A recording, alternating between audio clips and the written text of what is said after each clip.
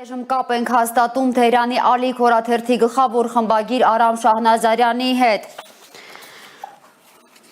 Բարի օր, պարոն Շահնազարյան, խնդրում եմ պատմեք ինչ վիճակ է այդտեղ դուք Թեհրանում եք։ Հա, Թեհրանի կենտրոնում, բայց հաշվի առնելով Թեհրանի տարածքը, Թեհրանի ընդարձակվածությունը, ես անձամբ չեմ լսել, բայց քաղաքացիների շատերը լսել են, Թեհրանի կենտրոնական թաղամասերից մեկում է, տեղից բան չի երևում, քաղաքում կյանքը ընթանում է նորմալ հունով, իր նորմալ հունով, որտեղ ես քիչ առաջ նաև իմ կենցաղային նախ այսօր ուրբաթ օր է եւ արձակօրն է այստեղ,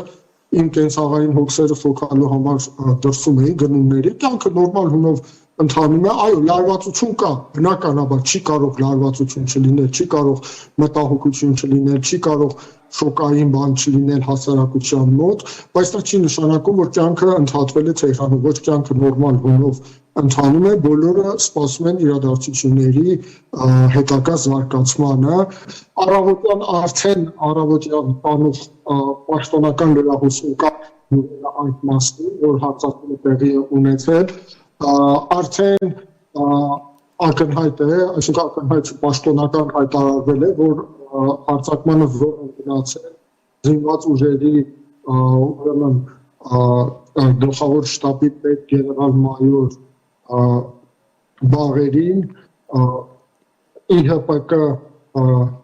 գլխավոր հրամանատար գեներալ-մայոր Սալամին, բարձրաստիճան զինվորականներից մեկը եւ միջուկային ոլորտում աշխատող երկու շատ առանցքային նշանակություն ունեցող գիտնականներ։ Դա արդեն հստակ է։ Պարոն Շահնազարյան, Իրանի միջուկային օբյեկտներն են իսրայելական հարձակումների թիրախում եւ Թել Ավիվը հայտարարում է, որ Իսրայելի համար գոյաբանական խնդիր է լուծում, չեզոքացնում է իրանական սպառնալիքը։ Մենք պիտի մի բան հաշվի առնենք, Իրանը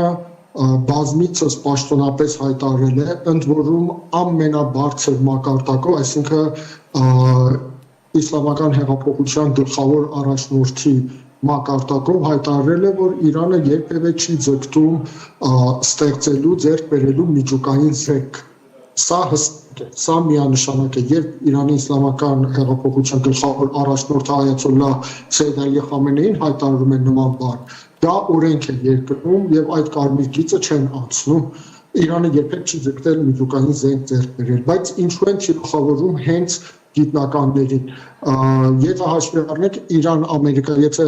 Իրան-Ամերիկա վերջին անուղղակի բանակցությունների ընթացքը հաշվի առնենք, Իրանը բազմիցս Ամերիկայի պահանջներից մեկը դա էր, որ Իրանը պետք է 100%-ով դադարեցնի հրաժարվի ուրանի հարստացման գործընթացից, իսկ Իրանի պատասխանը մեկն էր,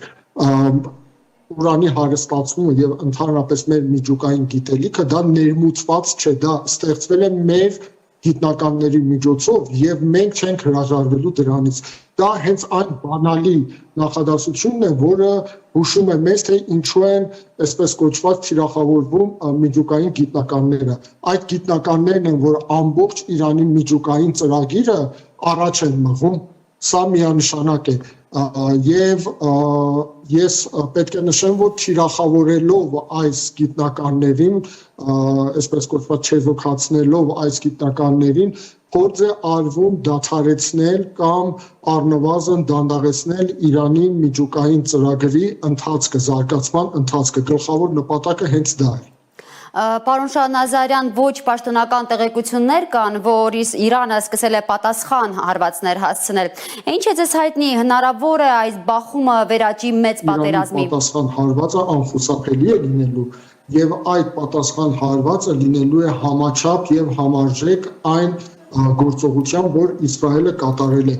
Միգուցե նաեւ ավելի ցավոտ, ավելի բան ցավոտ լինի։ Իսկ ինչ կապված է մեկ ուժգին պայթյունի տարածաշրջանում, Իրանը երբևէ նման բանի չի բխում, որտեղ Իրանի անմիջական անվտանգային եւ ռազմավարական շահերից դա չի բխում։ Իսրայելը միգուցե ձգտի նման բանի, որ ես կարծում եմ հաստատ ձգտում է նման բանի, որովհետեւ Նեթանյահուի մենք պետք է նկատի ունենանք Իսրայելի ներքին լարված վիճակը, այն խզումը, այն փլուզումը, որ գոյություն ունի իսրայելական հասարակության մոտ Գազայի պատերազմից ի վեր, այն քաղաքական ճգնաժամը, որը անհաղթահարելի է թվում այսօր Իսրայելում, գոյություն ունի եւ Նեթանյահուն լավ գիտակցում է ու ինքը այդ տիպի քաղաքական գործիչը, որ գիտակցում է, որ իր գոյությունը ներկայությամբ իր կառավարության գոյությունը եւ իր անձեռմխելիությունը ուղղակիորեն պայմանավորված է պատերազմների շարունակությամբ։ Մենք մի բան պետք է նկատի ունենանք, կարևոր ու նուրբ կետ։ Իսրայելը գործում է այն տրամաբանությամբ,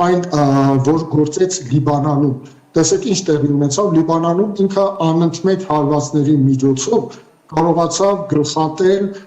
լիբանանյան Հեզբոլլահ խմբավորմանը, դրա բարձրաստիճան ռազմաքաղաքական ղեկավարությանը գրեթե ամբողջովին վերացնել։ Ուրեմն այս հարվածներից արդեն իսկ պարզ է, որ Իսրայելը փորձում է գործել հենց նույն տրամաբանությամբ Իրանի դեպքում, բայց մենք պետք է մի բան նկատի ունենանք։ Եթե իրենք այդ տրամաբանությունն են ուզում օգտագործել, իմ կարծիքով ցարաչար սխալվում են, որովհետև Իրանը ոչ ինչ-որ ռազմական խմբավորում է, ինչպիսին որ կա ռազմաքաղաքական խմբավորում է, ինչպիսին որ Հեզբոլլահն է, ոչ Իրանը մի փոքր երկիր է Լիբանանի նման կամ կազմաքանդված մի պետություն Սիրիայի նման, ոչ Իրանը այս տարածաշրջանի հզորագույն ուրեմն պետություններից մեկն է, ունի հզոր համակարգ ռազմաքաղաքական եւ այս ուրեմն հրամանատարներին կարող է շատ արագ փոխարինել